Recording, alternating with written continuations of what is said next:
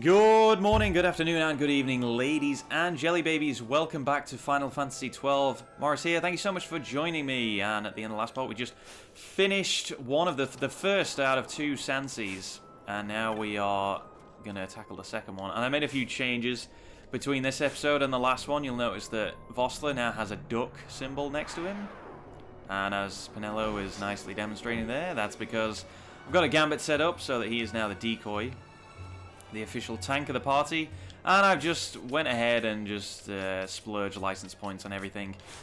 Nothing massive in the way of changes.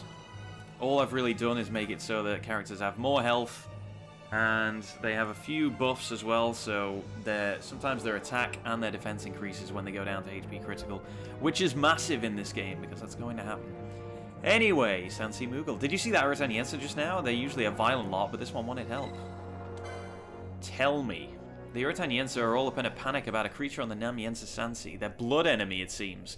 One of them was asking for help. A Nam-Yensa asking for help. Whatever it is, he's got to be bad. You look pretty strong. Maybe you could have a swing at the thing, Kupo. It's supposed to be something like a giant tortoise. He said it found some kind of treasure of the Sandsea too. Why, you might be able to claim that as a reward if you're successful. Well, let's go do it then. Now, the one thing about having decoy on a character is decoy is not a spell that lasts particularly long. So there you go, it's happening again. So you find, in fact, I might even switch it off just for the time being. Oh god, no, not that. You find that sometimes you're draining a lot of your magic just by constantly recasting it. I mean, everybody now has a little bit more health, and because I'm controlling Vossler, they'll likely attack him first anyway. So we should be fine, shouldn't really need to. But for bosses, we're definitely gonna whack that on. And what I'm working towards is the golden amulet that we picked up in the last episode, which I just stuck on Balthier for no real reason. In fact, is he even wearing it now? Because I was messing around with... Yeah, he is, right, okay. It's doubling his license points, but what we want to do is get that on Pinello as soon as possible. Because Pinello is, like I said, kind of the rock of the party. And she has a lot of the more useful, just simply by being a white mage, has a lot of the more useful abilities, so we want to kind of get those as soon as they become available. And, you know, buy up all their gambit slots and everything.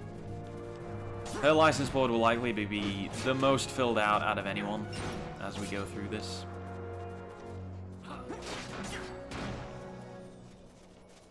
So, the sooner we can do that, the better. Unlike with the last area, this one's pretty similar.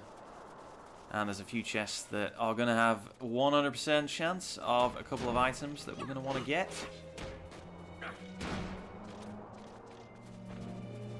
And the rest of it will just be by chance. There's not a whole lot of great stuff in this area. It's mostly all up in this last bit, which is optional. And there's one area here, which if I can select it... Oh, that is selecting it. But it's the bottom of that flashing area, which is only accessible via a dungeon that we are nowhere near high enough level to go through. So we're going to avoid the heck out of that.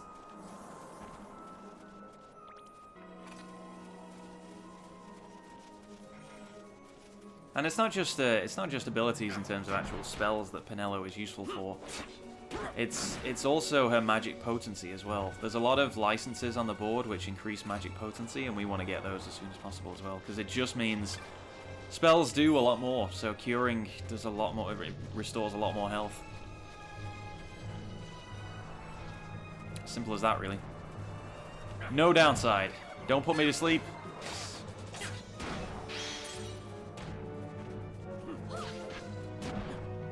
And again, really similar to last time, we have the same types of enemies here as well. So, we'll hopefully build up a nice little chain here. My coffee that I had is now cold. Just in case you wanted to know. Keep you apprised of that situation, I will not be drinking any of it. And if I do, I will immediately run out of the room and throw up, because cold tea is one thing, but cold coffee is just the worst.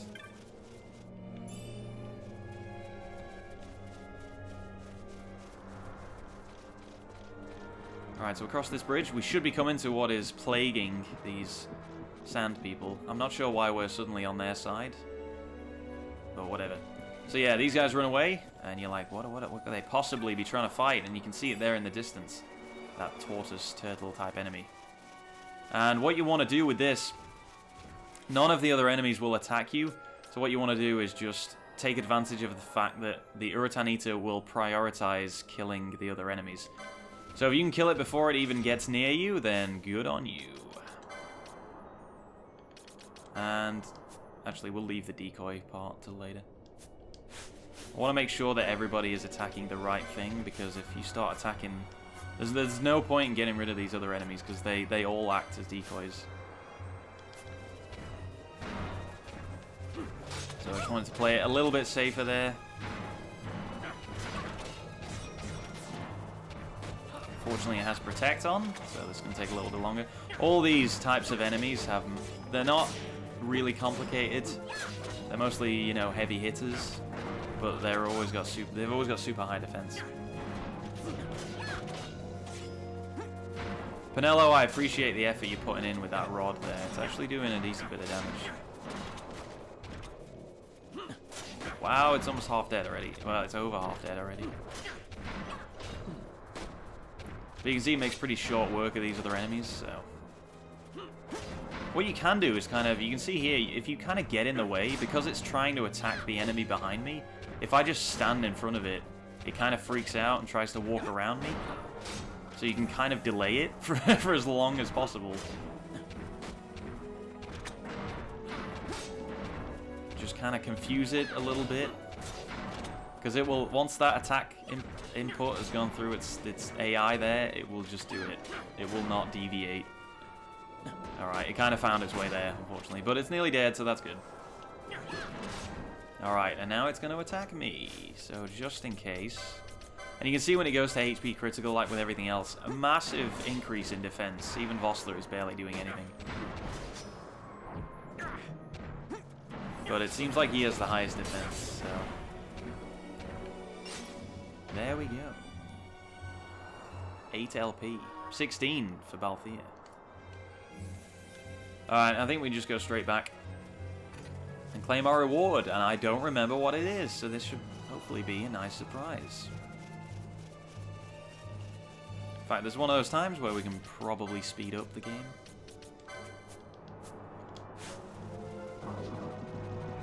I've also got a raise gambit on Penelo as well. And there's also licenses that you can get, which means that when you take damage, you get MP back, and when you dish out damage, you also get MP back, and when you defeat enemies, you get MP back. So, we're working towards a more sustainable system. Whereas before, we were kind of running out of magic real quick, and I thought that'll never do, so I just changed it up a little bit.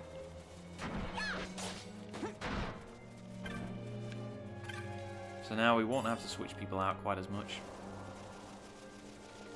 because of a lack of magic. And we should be able to last longer as well, which is always good. Or so the ladies tell me. Uh-oh.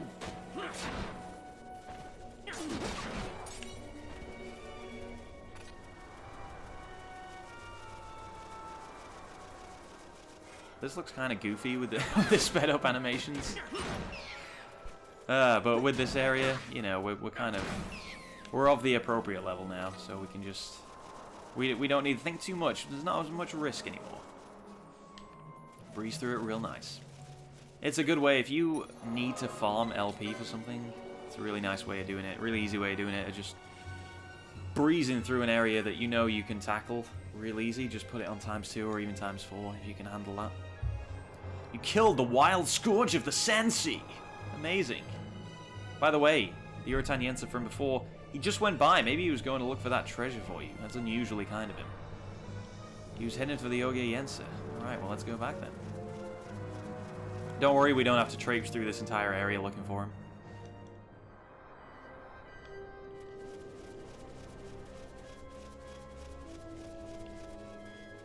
Oh, chests. Were they even there last time?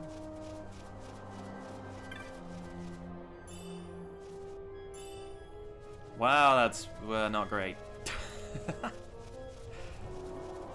But I can deal. It blows my mind that Vossler has more more MP than anyone. Although I guess his level is higher, but just doesn't never cast a spell.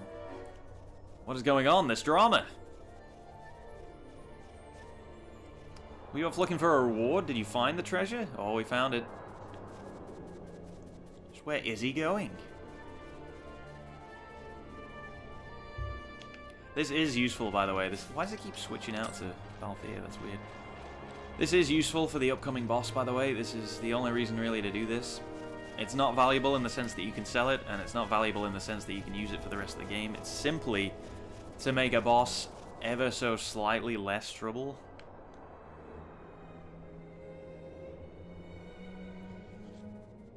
Good God. I do not want to let them know that I'm here.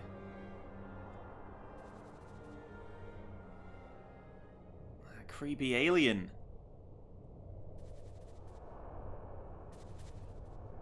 A gathering of the Nam-Yensa. A truly rare occurrence.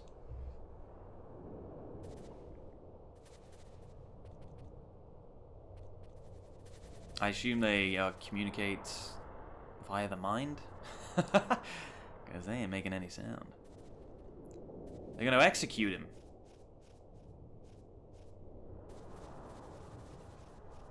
Look at this balls-out mule just interrupting everything.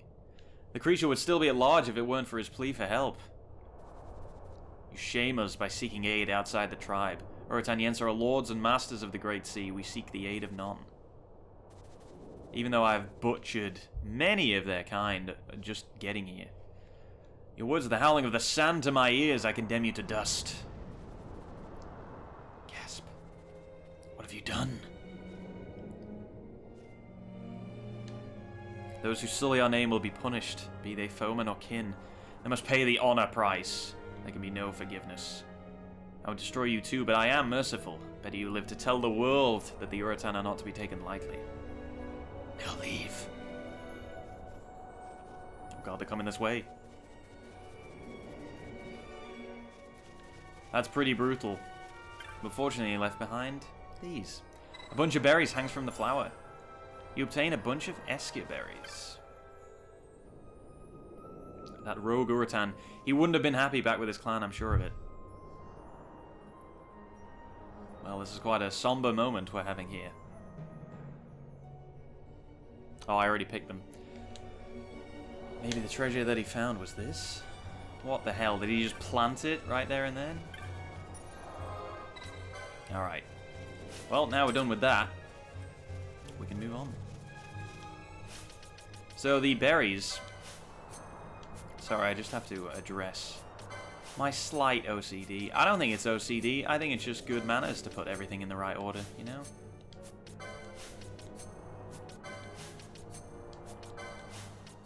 Like I always, you know, I think about cleaning. You know, just make it presentable. Well, what else can I say? Anyway, the Esker berries, a curious item detested by the avian known as the Garuda. And the Garuda is a boss coming up at the end of this area. I can't remember actually what it does, whether it lowers its defense or just does a bunch of damage. Or maybe both. Not necessary, but handy to have nonetheless.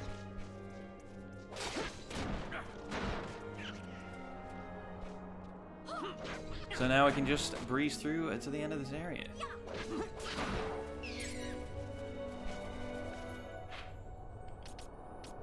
Gotta keep heading west.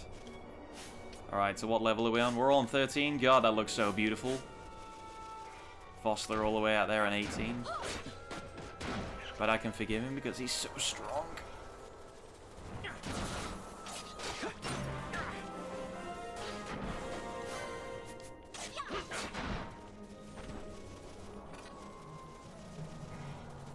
I don't quite know how the rebalancing was done in this game. But it really... Stop using tri-attack, please. God. See, attacks like that bother me. They require no MP. They could just constantly do tri-attack all the time. But yeah, it just feels like a lot of these areas now are a lot more accommodating, you know, rather than having to make sure you're a certain level and make sure you have this equipped. And I don't know, I mentioned it before, but it's just altogether a more relaxing experience. Not quite as stressful. And RPGs need to feel like that, you know? They should flip between being incredibly stressful during boss fights and kind of relaxing going through normal areas.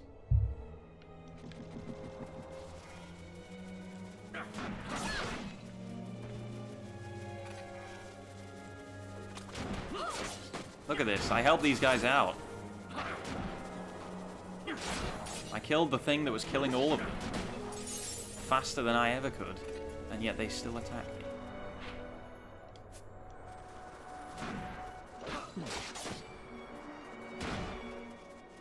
Alright, which way we heading? Nah, I ain't heading back. I'm going this way. Is this right? Yeah. Like I say, the major goodies are all in the last section of this.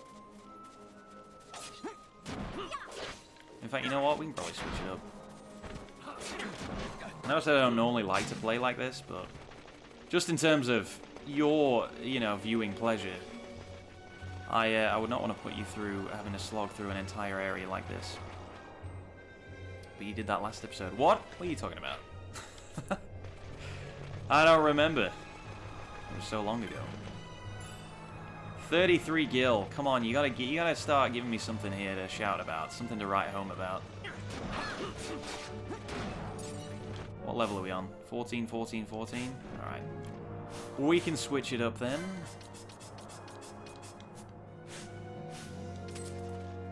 Oh, we can still be Vossler, actually. Why break that habit?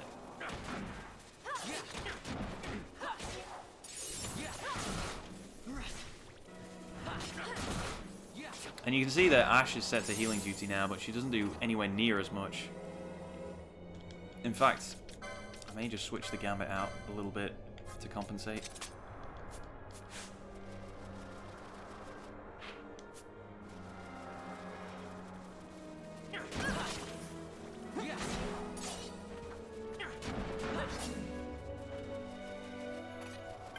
I like that. I like the minor differences in strategy.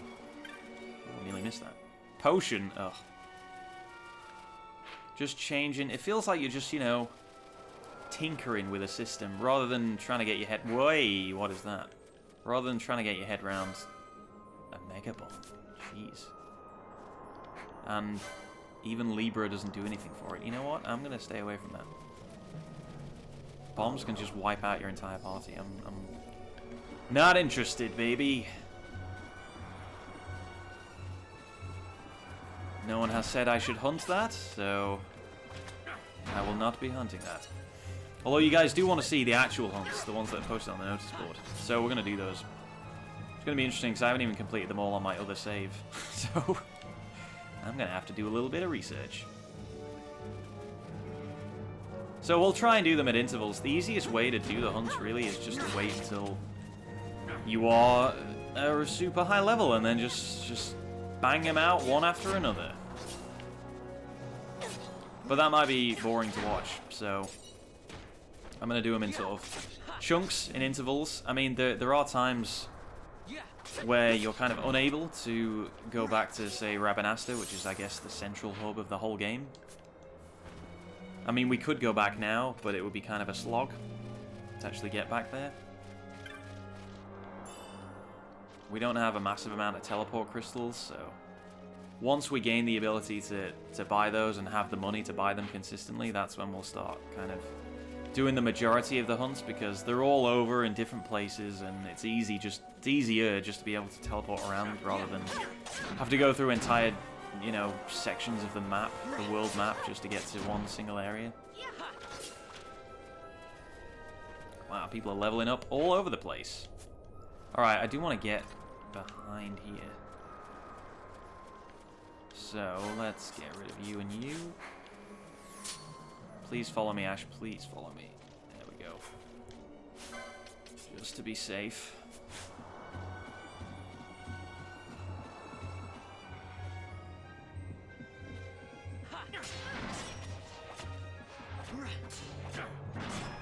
How can this thing combo me? Look at it.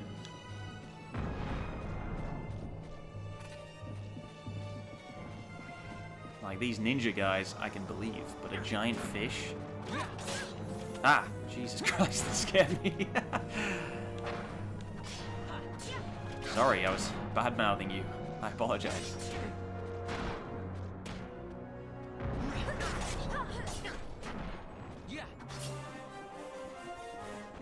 Nice one, Vaughn. Balance. So that is a 100% drop. I can't for the life of me remember what it does. Is that a technique? I don't even remember. May have to look that up.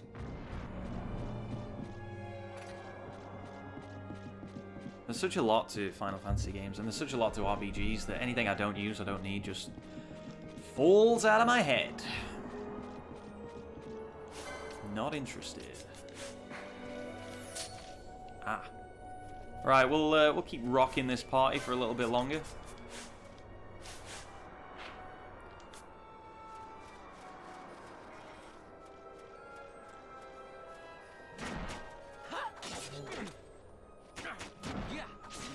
So you'll notice that these guys, what are they called? Axe Beak. They are just basically a reskin of an enemy that we've already fought, the Cockatrice. Cockatrices. I made that joke before, probably. But I think of it every time I think of this enemy. But that's maybe one of the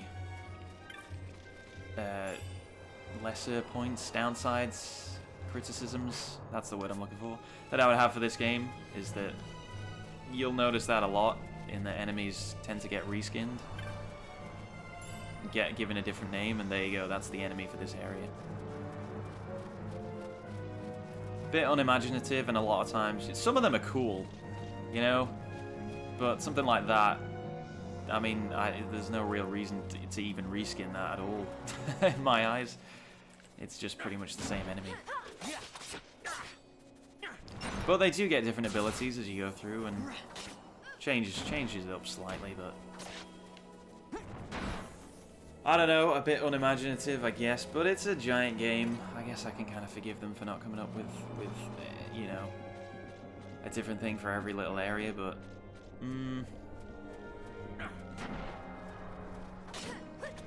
I suppose it's difficult to comment on how creative a game is when I don't consider myself a particularly creative person. So far be it from me to say, oh, that's a bit unimaginative, because I couldn't do it, so who am I to say? Who am I to say it's wrong? But just as a player and someone who, really likes this game, I just feel like maybe more could have been done, you know? Overall, I do love this game, but if there's one improvement that I could make, it would be that. A bit more variety in enemies. Who are we attacking here? Can we decide? Okay. Fran, you want to just concentrate a little bit more, please?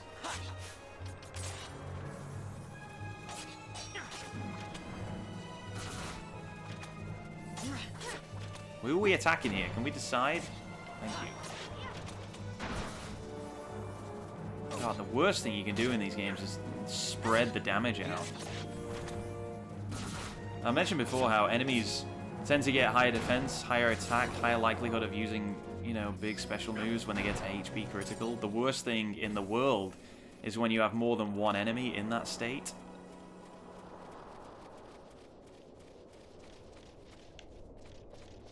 So you're having to deal with a lot of buffed enemies at once. And a lot of these guys have haste on anyway. That's what the little clock symbol is. God, haste might be one of my favorite spells in RPG history. And I missed it going through this game the first time. I missed the chest that it was actually in. Alright, so this is the area where most of the goodies are in. And we don't want to get caught by that.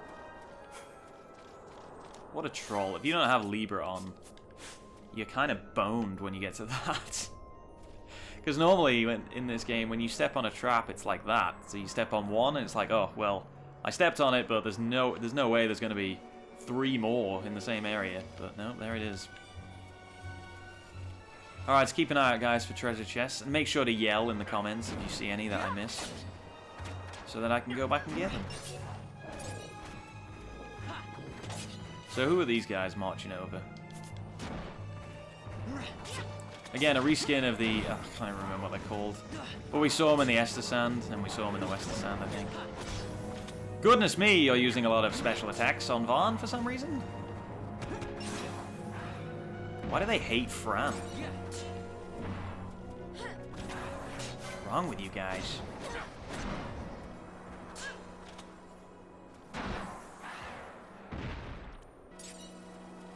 Decent XP though, so that's good. Alright, let me just quickly check the map. Alright, no worries.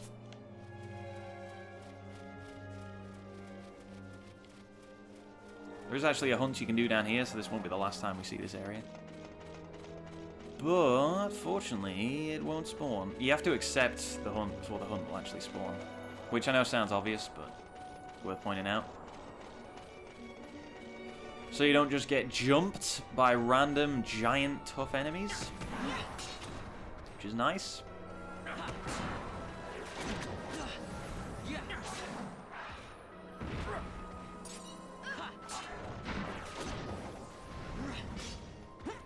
It's nice to see that Varn's doing a little bit of damage now. And the way Varn is heading, I mean, just to give you a bit of insight into where we're actually going with that character setup. Varn eventually will be attacking quicker than you can blink. Maybe not all the time, but it is possible. If you can get him using a dagger, if you can get his speed up with items, and with haste, and with berserk, his ATB gauge fills up like that. Click of a finger, blink of an eye.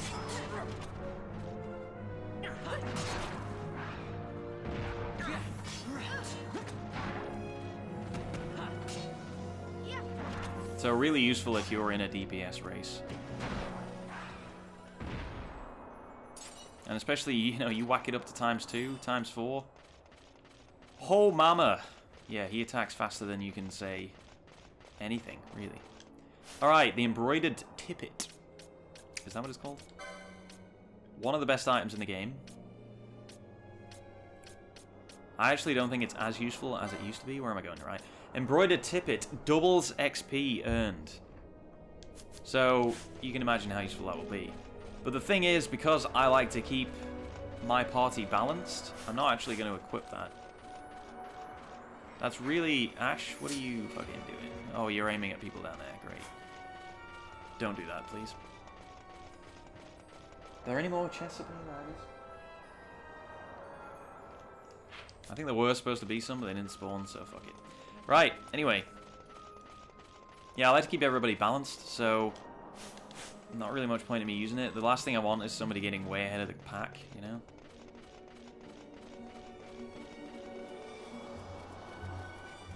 It's more if somebody falls behind. But that shouldn't happen with our current setup.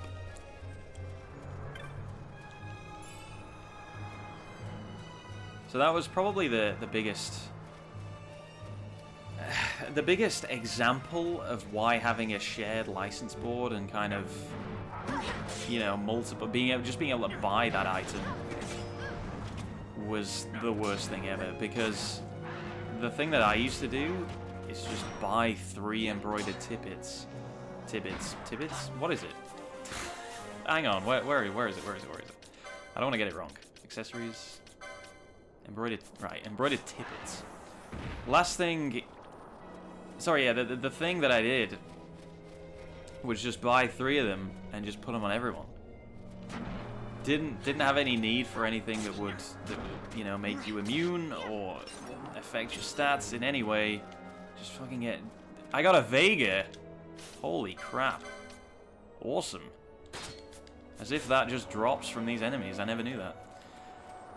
That's better than the embroidered tippet, honestly. But yeah, I would just get 3 of those. And then everyone would just level up twice as fast as they should. And it was still difficult. It was still a difficult game, even with that double XP game. It's kind of crazy to think about. But yeah, it's just kind of a bit of a broken strategy, really.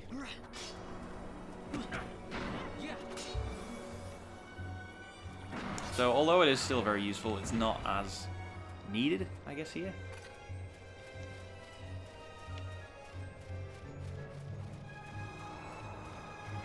I think the golden amulet, the thing that doubles your LP, is far more useful this time around.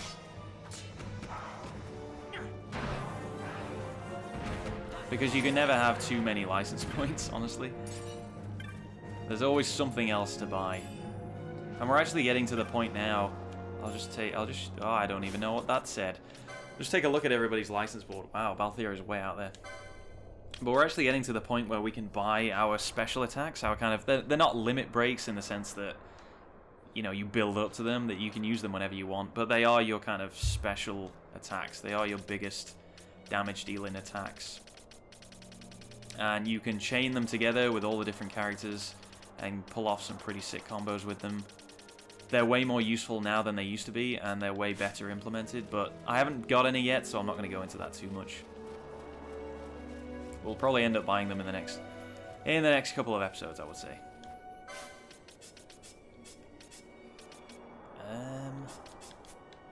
Just for this enemy.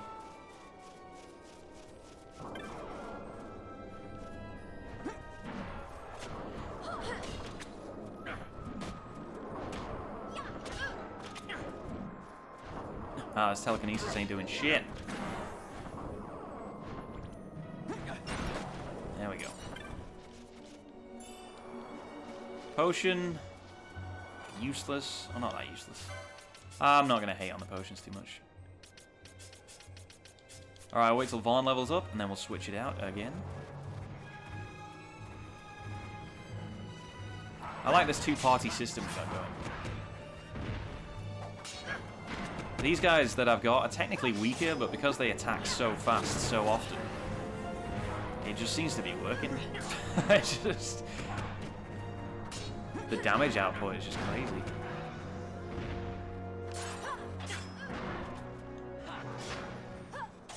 And Vossler also is helping. Can't forget Vossler.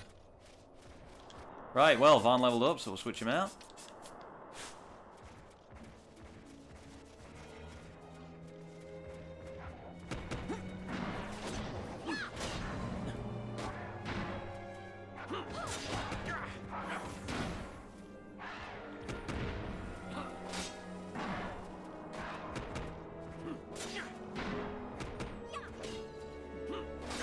I mean, one thing that it is worth pointing out is, at the moment, things are very much balanced, which is great. 3 grand, I'm rich, let's go home. But later on, Penelo will be the one with the really high level white magic. And it's possible to get some of those spells with other characters, but for the most part, Penelo will be the one that you want around to heal. Certainly for bosses and the tougher enemies. Right, well, we did pretty well there. I got some kind of... I got something. I don't even know what it is. Is it a weapon or a... Aha, it's a piece of armor. Right, well, we can put that right on. Can we? What does it actually do? Oh my goodness me! Yes, please. That seems like way ahead of where I should be, but... fuck it. Gimme, gimme. Also, I want to get to where the golden amulet is. It should be right above where I am. Yes, it is. Nice. Just enough. Alright, so we'll take it off Balthier. Sorry, Balthier. And we will put it on Penelo. Now, Balthier, what could you have that's good?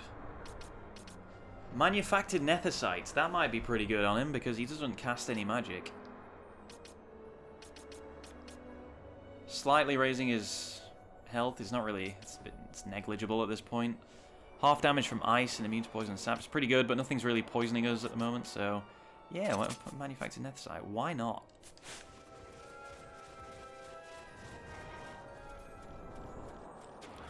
Alright, and we're pretty much done with this area. Well, we are done with this area. And we should have plenty to sell as well. We actually have a lot of money suddenly. I don't know. Oh yeah, those the sand people. They drop gil. And we did just find 3 grand as well, but they but they do drop gil, so that's why we're ahead. I forgot, but yeah, we do have a lot to sell, so we should be able to get a few decent things. It's all coming together nicely.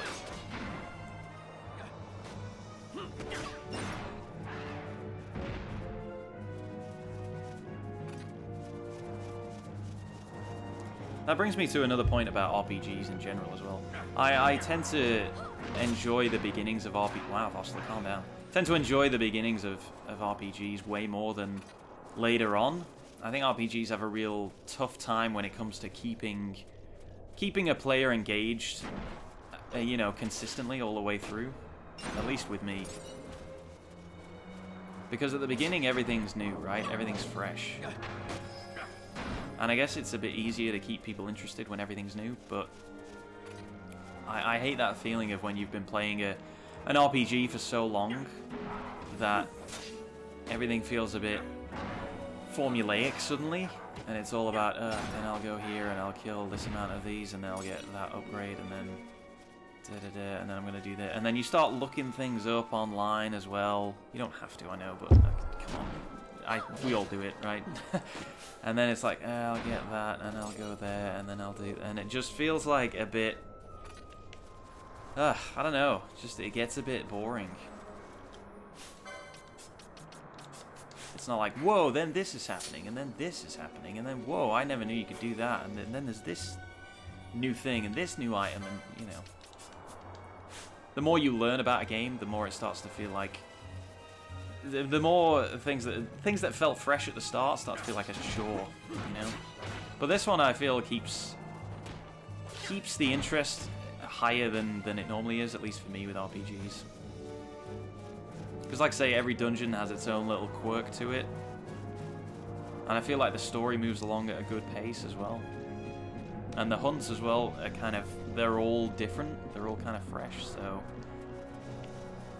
And there's a lot of bonus stuff that, I mean, yeah, I've got a guide right here, but there's a lot of bonus stuff that happens, and a lot of dungeons kind of expand after you've been in them once, so there's kind of a lot to look forward to, I guess, and there's a lot to keep surprising you.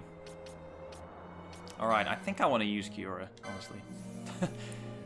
There's no save crystal here.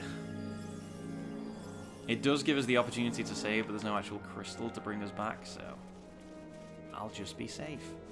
Alright, well, let's see what you've got here, shall we? Why have you come to such a place? You seem to be adventurers. Yes, I am.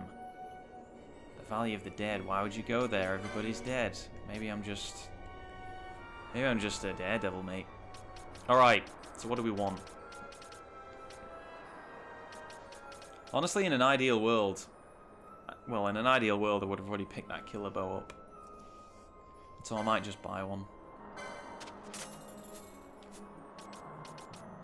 What else do we want?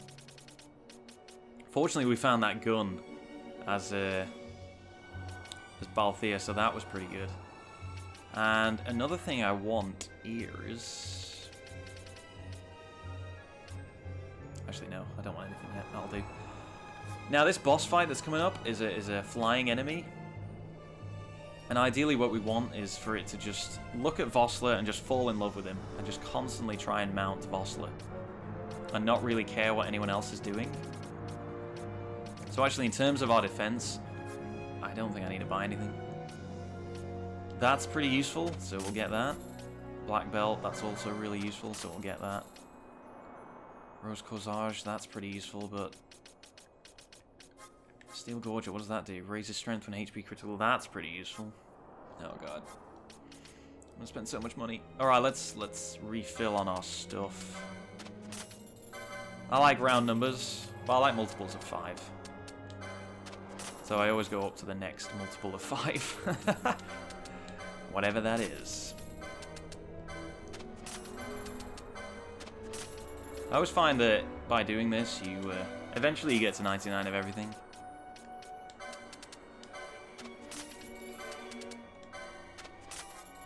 Alright, poacherology, don't need those. Stop, don't need that. Arrow, don't need that. Gravities. No, I don't need that. Might buy arrow. Right. That should just about do it. Fortunately, we have a lot of stuff to sell, so.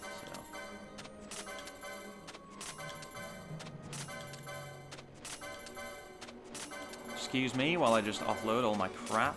I actually think I made a slight profit out of you there. Oh, maybe I should buy some more stuff. I don't want to spend too long in the shop. No, you know what? We'll give it a go. We do have a chance to save before this fight, so it's not too much of an issue if we don't do it the first time.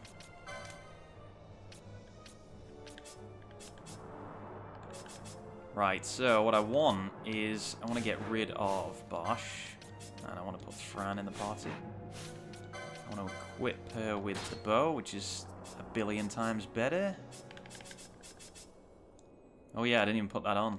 I'm an idiot. Yeah, it's all part of their strategy. God, that winds me up so much that decoy can miss. Why can it miss? Why is that a thing that's programmed in? It's like, imagine if protect missed. Like, what? That just doesn't make any sense to me. Anyway. Right, so we got... basically what we've got now is 3 ranged characters. Balthier, Fran, and Vossler. And Penella for healing. So, let's go, shall we?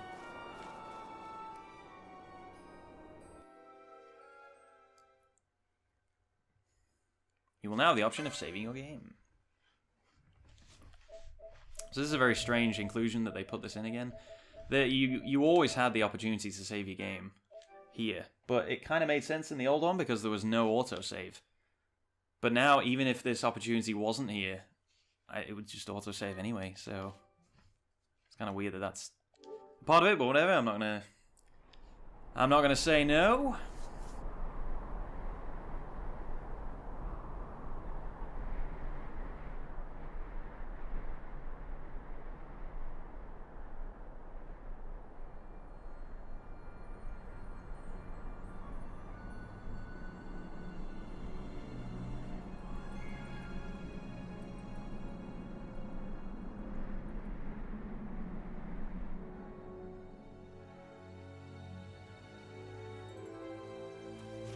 So there it is, the mighty Tomb of King Wraithwall.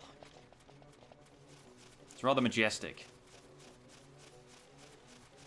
But of course, such a majestic building has to be guarded by something.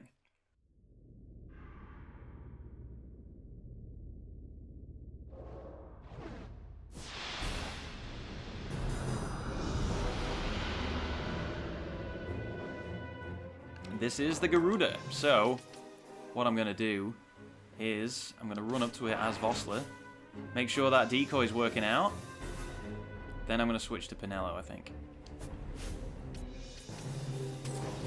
Balthier and Fran should stay out of the way. Should.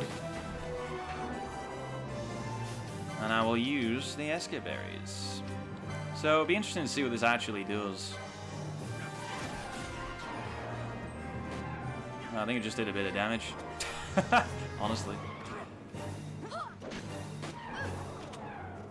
So you can see how that new bow for Fran is just pretty much doing most of the work here. Decoy's working nicely. Not a lot to this. Again, as long as you got the right strategy, it's all good. Just keep Vossler's health topped up nicely and nobody's in trouble.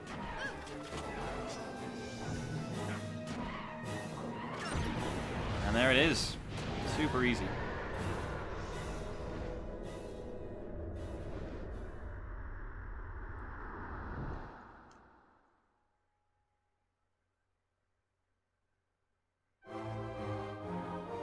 God, that gun of Balthier's looks awesome. And Penello's been practicing with that rod. Giggity.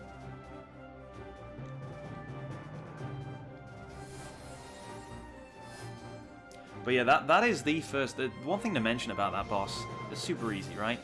But that was the first boss in the original game where you realized the problem with the license board and the way the characters could develop. because... Is there a cutscene here?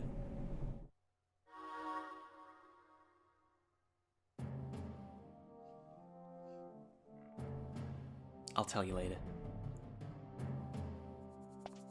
Long ago, the gods granted their favor to King Wraithwall, who would oversee the subjugation of a vast territory spanning from Mordalia to Valendia.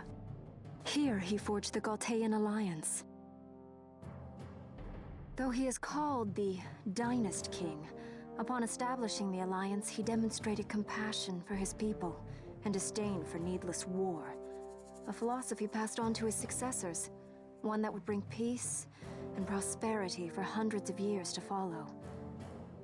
It was during this time of peace that the city-states of Arcadia and Rosaria, each members of Wraithwall's alliance, took root and flourished. Wraithwall left 3 relics signifying descent from the Dynast King. Of these, the Midlight Shard was given to what would become House Nabradia, and the Dusk Shard to my ancestors, the founders of Dalmasca. The last of these relics was the Dawn Shard. It remained hidden here, known only to those of royal blood. As though the Dynast King foresaw the very plight before us now. None save descendants of the king are suffered within. If we attempt to enter without proof of such lineage... There's no guarantee we'll make it out alive. Vicious beasts, fiendish traps, something like that? Mm-hmm. But you must consider the prize. The Dawn Shard lies within, and Wraithwall's treasure. And there was I, thinking this was going to be hard. Oh, Ash, don't be such a tease. Althea can't handle it. Whoa! Hey, guys. But yeah, the first time I came to that boss, all my characters were melee characters, because that was just the most powerful thing. So I bought swords for everybody and just used it. And then I came to it, and I couldn't beat it because the only person who could hit it was Vossler. And as soon as he went down, I couldn't do anything. I didn't have the spells, it just didn't have the firepower. So I literally had to go back outside, buy 3 killer bows, get the license fit for everybody, and then just spam the killer, archer attacks on it. And it worked really, really well, honestly. Made really quick work of that boss, but it just goes to show how kind of flawed the old system was, that you could just come to a boss that you couldn't beat because you just didn't have the firepower. But now, if you're spreading out the classes nicely, you're automatically going to have characters that can deal with it. So, anyway, I'm going to pause it for now, guys. But thank you so much for watching. Penelo, that is not necessary. No, that is necessary. It's the decoy. Right, there we go. Thank you so much for watching this episode of Final Fantasy XII, and I do hope to see you all in the next part, where we'll enter Wraithwall's tomb and find the treasure within. Hope to see you for that, guys. I'll see you later.